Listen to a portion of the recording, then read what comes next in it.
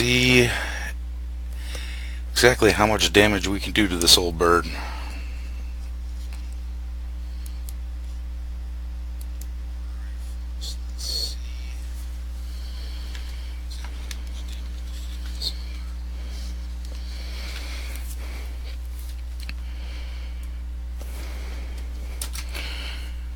Alright, I already did the lesson that taught me how to fire up this plane if you're not familiar with DCS at all.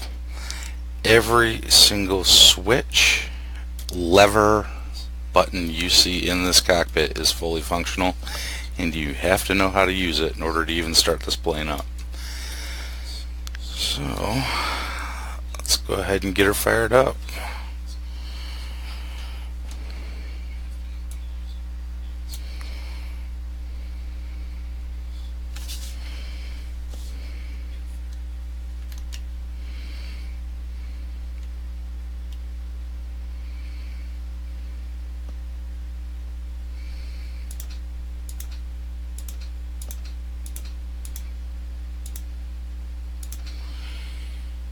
And in case you're wondering, as long as you have a pretty good computer, you can actually download this game on Steam for free. They have a P-51 trainer version. It has no guns or anything that you can fly, but I went ahead and purchased the actual P-51 module because I want to blow shit up.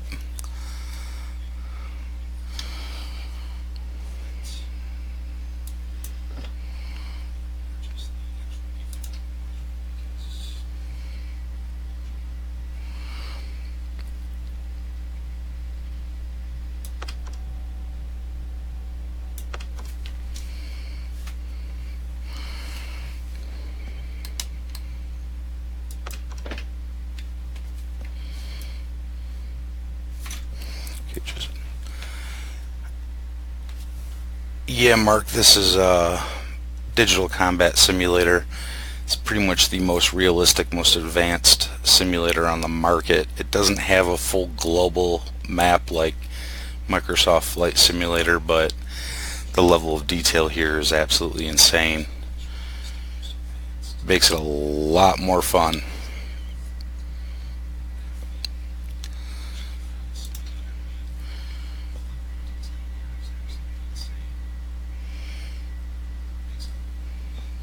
Alright, here we go.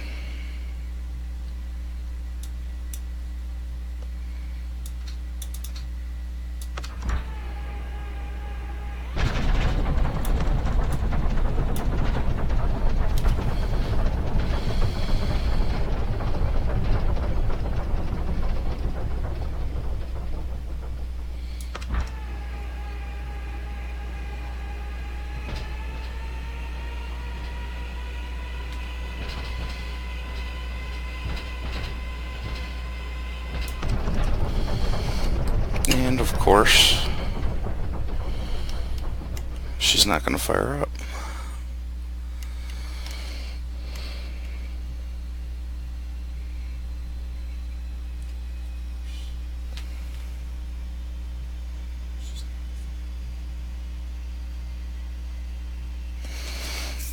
Yeah, so like, I got the P-51 because I actually watched a video on the A-10 one, and dear God, just the guy actually had to write out his own notepad using a kneeboard just to get the actual startup procedures down.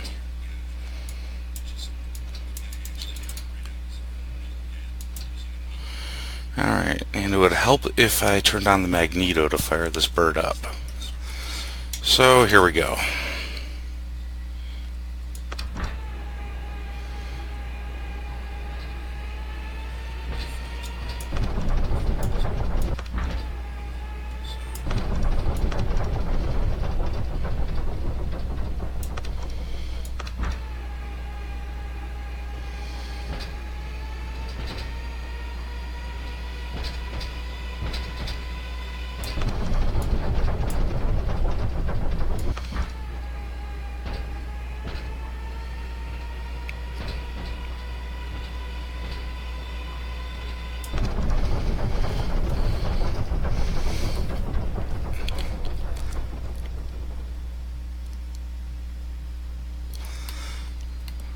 It's actually funny because this was just a mission where I was just taxiing around following that Humvee, and I just shut the plane down.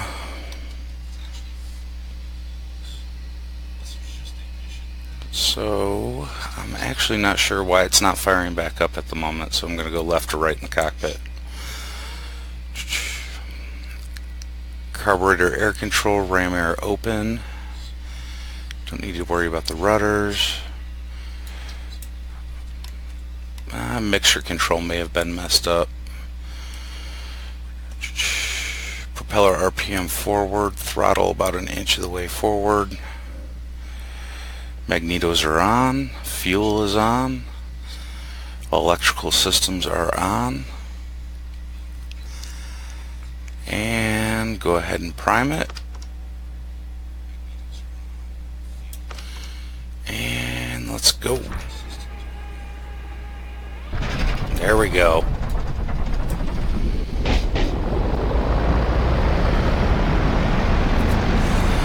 I didn't have the mixture control set for starting. That just goes to show just a little more how complicated this is. You have to know the actual startup procedure for the real airplane in order to even fire it up.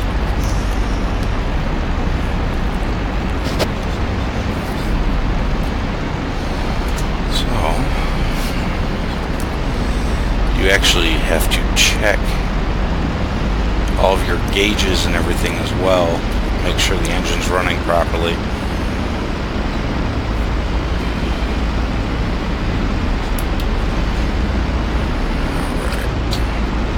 Go ahead and give you guys a quick rundown here. Like I said, everything you see in here is 100% functional, and this flight school program that you go through before you even start doing missions runs you through everything, and it's so realistic and spot on that you would actually be able to sit in a real P-51 and fire it up. Now, actually flying it, a whole different story, but it is what it is.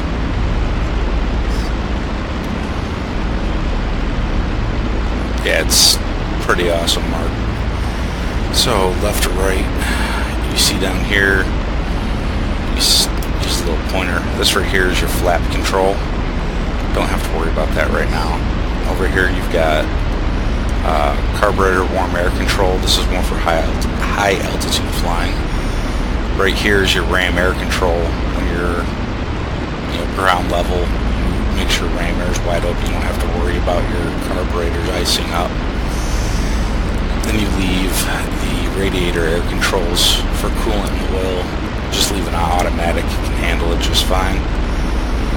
Then you jump over, and these are all your trim tabs. And since the game is so realistic, you have to constantly adjust those to maintain level and efficient flight, just because anytime you adjust engine RPM, power output, even altitude, it changes the handling characteristics of the airplane. So you actually have all these that you have to control. I have that actually bound to a Thrustmaster F16000 flight control system, throttle and joystick, so that all works great. Right here you have your landing gear lever. This is your mixture control. You have idle and cut off, which is what you need to set it at to start the airplane. I didn't have it set there. I actually accidentally had it set to run. That's why the plane wouldn't fire up there a second ago.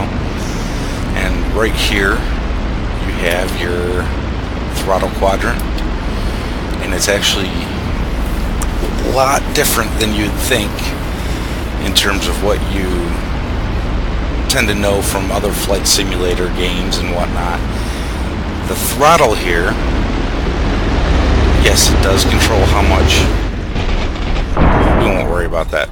It does control how much power goes into the engine, but actual speed you control with this lever. This is your propeller RPM. So the purpose of the throttle is to actually keep your manifold pressure in the proper operating range to make the best power. So that's how that works. This button right here on it is actually push to talk, just like in the tanks we had it on the T-bar and whatnot. That's your push to talk button for the radio through your headset. Then down here we have, well, up here these are the gyro controls and everything for the gun sight. Then you have your supercharger settings. You just leave it on automatic. Fuel booster is, think of it like a fuel pump. Oil dilute actually mixes gasoline with the fuel to help start the engine in extreme cold temperatures. Right here, starter switch. The primer, you have to prime the engine approximately 1 second before you hit the starter.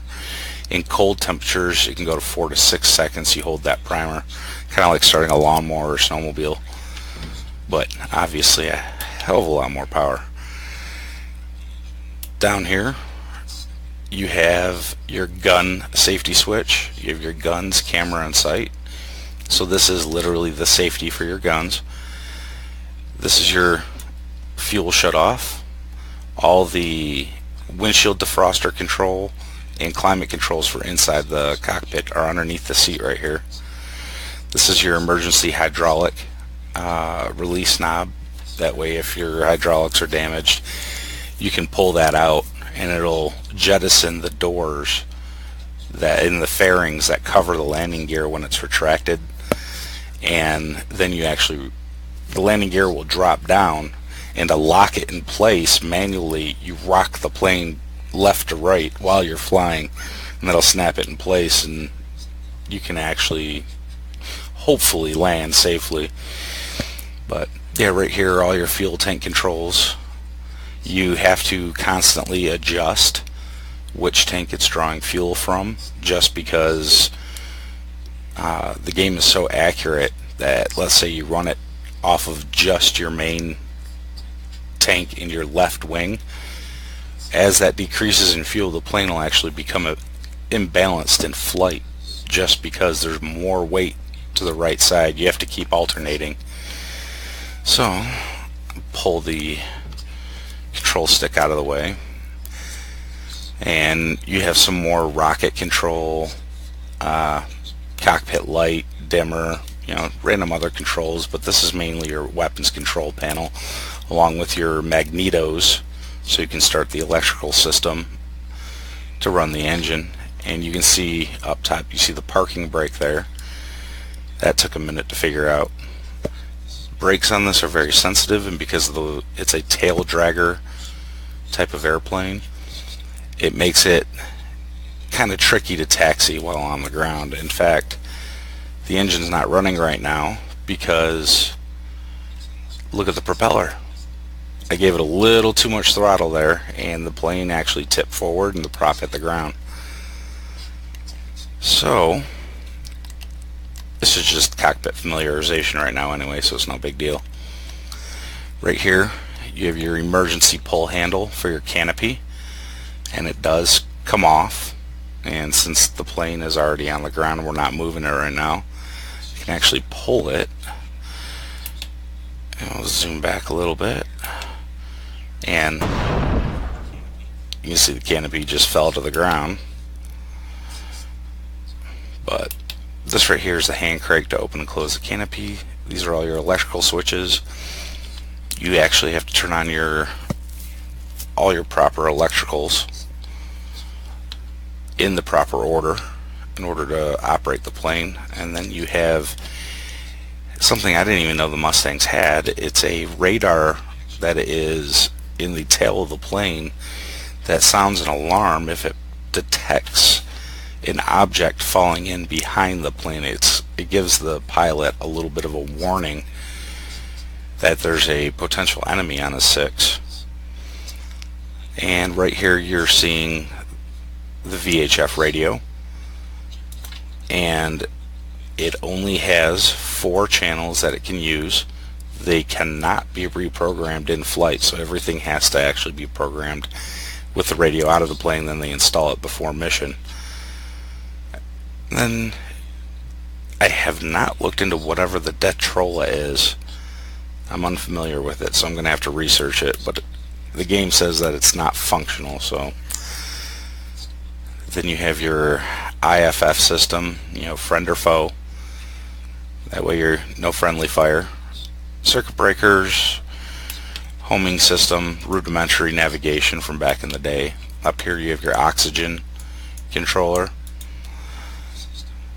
Right here, if for some reason your plane is damaged, you have your circuit breaker reset. Nice easy paddle to hit.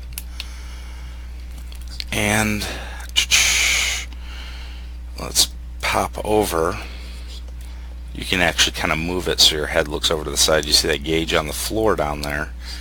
That is the right wing fuel tank gauge. That's the left wing right there. And we'll try to zoom in again. We'll kind of center me back again. Going back to it, there's your hydraulic pressure gauge again. But just locked the joystick. Back to the gas tanks though. There are no fuel gauges for the drop tanks that are mounted externally on the wings, and it's just extremely sensitive when it comes to how unbalanced the plane can become. You want to always consume as much of the fuselage tank before you start switching over to your main tank. At first, you always use the combat drop tanks. So these are all things that, as I progress through this little flight school before I start doing missions, that I have to get real good with. All gauges here fully functional, including all the settings for the gyroscopic sight. I'll go ahead and turn the safety off here. And there it is. You can see the gun sight, and it actually gave me a quick rundown on it. I did not know that the gun sights on these planes were that far advanced back in the day, but this little knob right here is to adjust the wingspan of the enemy plane that you're coming up against, and over here is adjusting for I believe it was hell, don't even remember, it ran through it quick. But basically you can, as you're going to engage an enemy, you actually have to tune your gun sight to what you're observing, so that its little internal computer that it has can calculate the proper lead and help compensate for the movement of your own aircraft to help you get better hits. I did not know they had that kind of tech back in World War II, but they did. So yeah, that pretty much gives you the cockpit overview of this P-51. And we will go ahead. Actually, they do have it in VR, Mark. If you have the Oculus Rift or the HTC Vive, this game is supported on it. So we will go back here.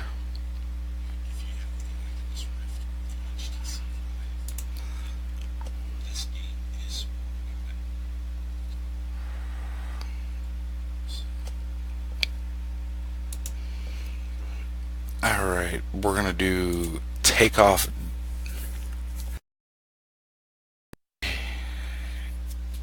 Alright. Gives you a little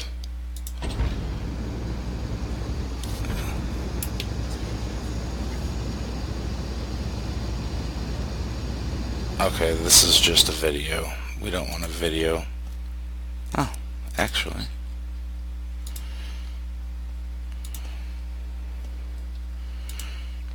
Here at the main menu, real quick, All these icons on the bottom of the screen here are all modules that you can buy for different planes that have this exact same level of detail.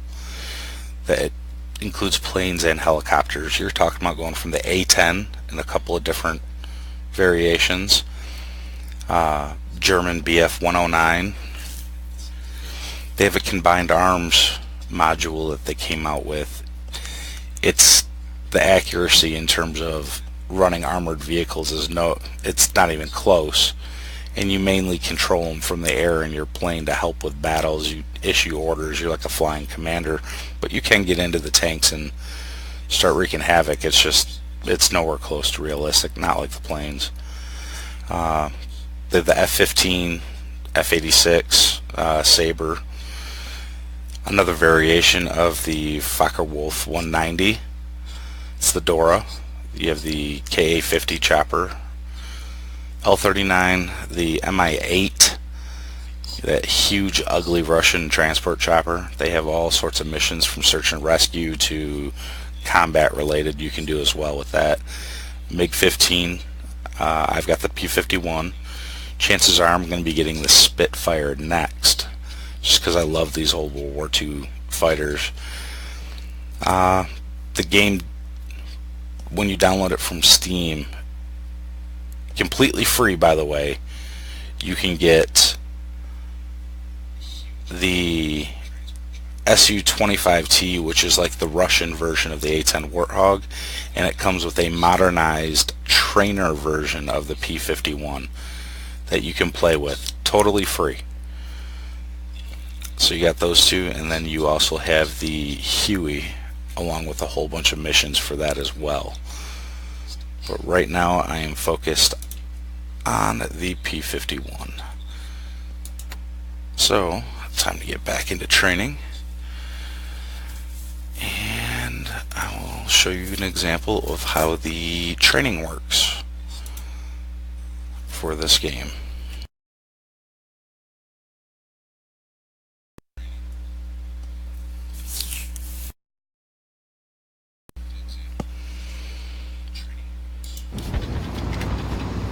Welcome to the takeoff lesson. Today we will practice taking off in the P-51D. Press the spacebar key to begin.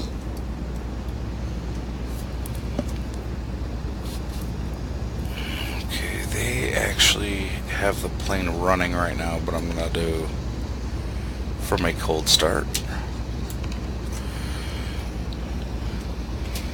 Even setting the parking brake takes an actual procedure. You have to hold the brakes, pull the parking brake out, release the brakes, and then release the parking brake for it to engage, and then to disengage it, you just hold the brakes. But we're going to go ahead and shut her down and go from completely shut down, and then go take off and do a small little flight here.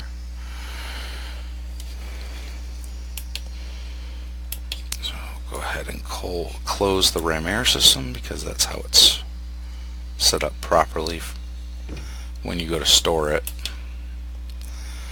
And we will go ahead and open the canopy here.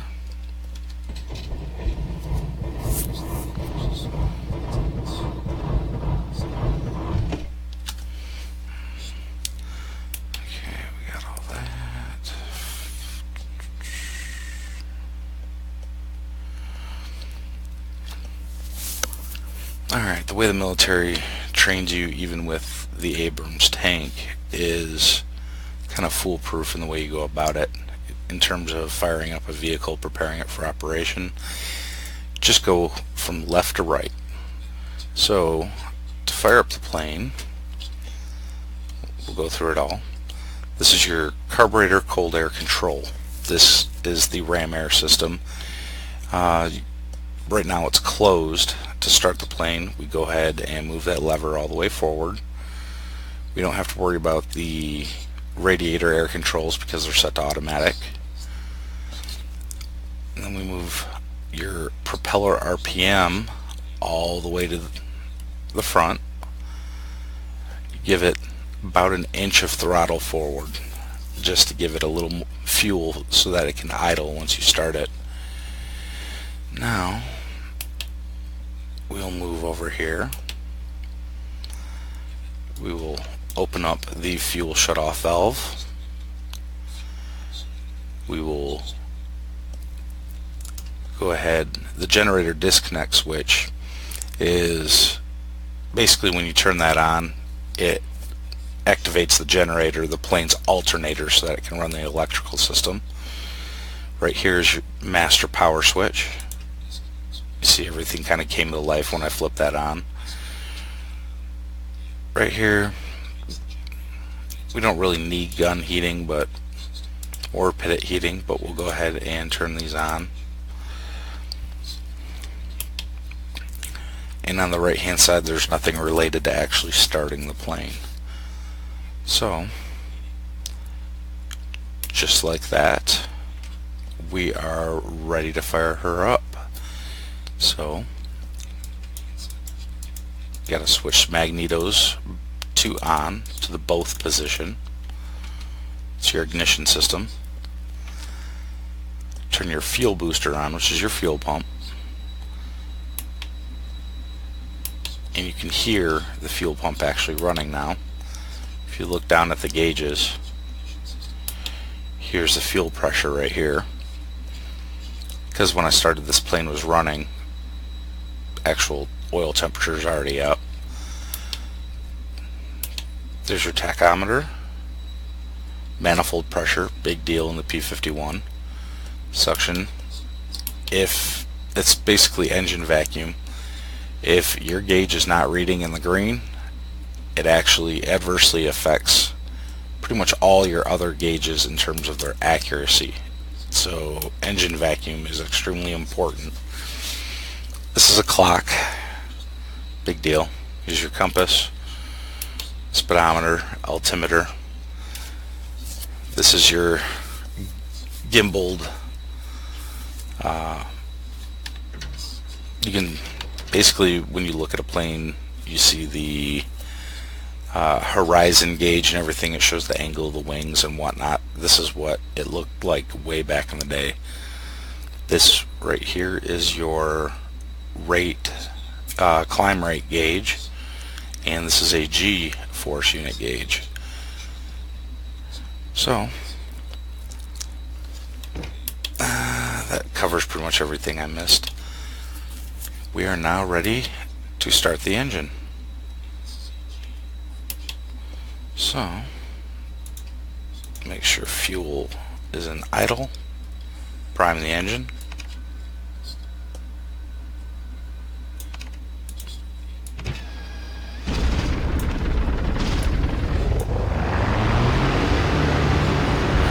There she goes. She's running.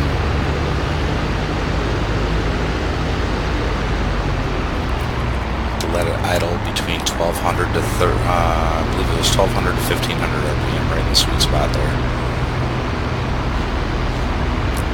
Manifold pressure is good. Vacuum is good.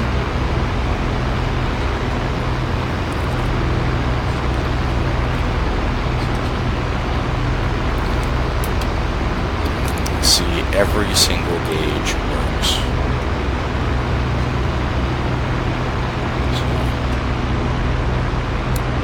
It is a very complex game.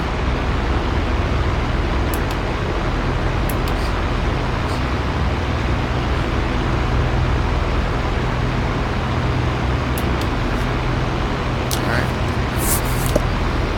Let's start the mission. The P-51 is generally very controllable in takeoff, but the powerful engine and large propeller spinning at the front do require careful use of the rudder in order to maintain a straight course down the runway. A right rudder trim of 5 to 6 degrees is a standard takeoff setting and is usually sufficient to maintain directional stability in the takeoff run. A normal takeoff is performed at takeoff power, which is 61 inches of manifold pressure at 3,000 RPM. However, to minimize controllability issues while practicing, we will take off at a reduced power setting of about 50 inches of manifold pressure. Press the spacebar key to proceed. Okay, you notice he was talking about manifold pressure. that kind of touched on that a few minutes ago. It's not all about just jamming the throttle forward here. Your manifold pressure, basically you use your throttle to control how much power the engine's putting out, but then you use your propeller RPM to actually control the speed of the aircraft. So I will throttle up. If you look, I'll highlight it real quick. Flash the little arrow. This is your manifold pressure gauge. So he wants the proper way to take off. First, remember I mentioned the trim tabs. Because of how much power this engine puts out, because it's rotating the propeller, it actually creates a lot of torque on the airplane as it moves down the runway. And it can make you lose control, so you trim it.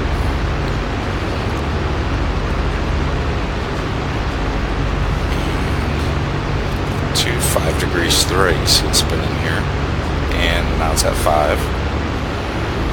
So we want manifold pressure up at 30.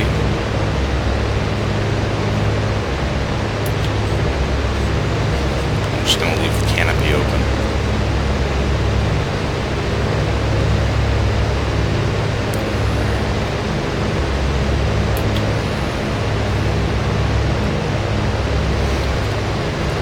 Because the parking brake is on, so we are ready to go. Parking brake is released now.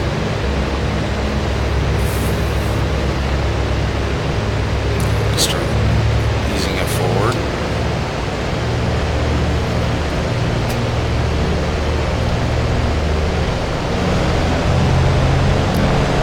It said do reduce power, but let's get the bird in there.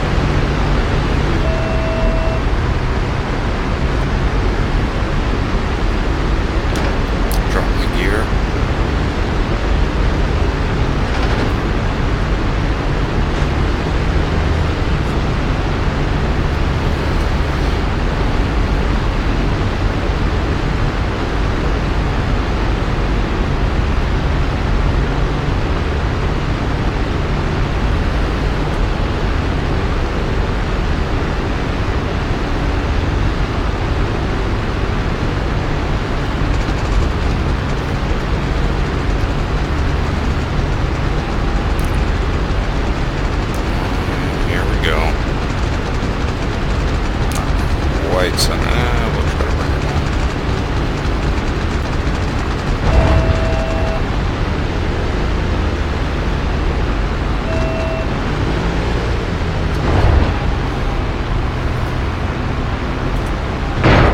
Haha. There goes the prop. And rolled, and we are on fire.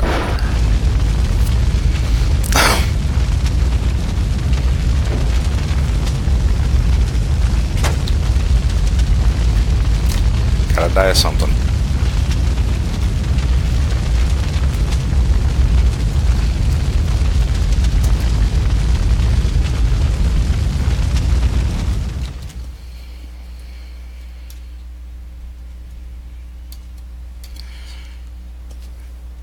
And there we go.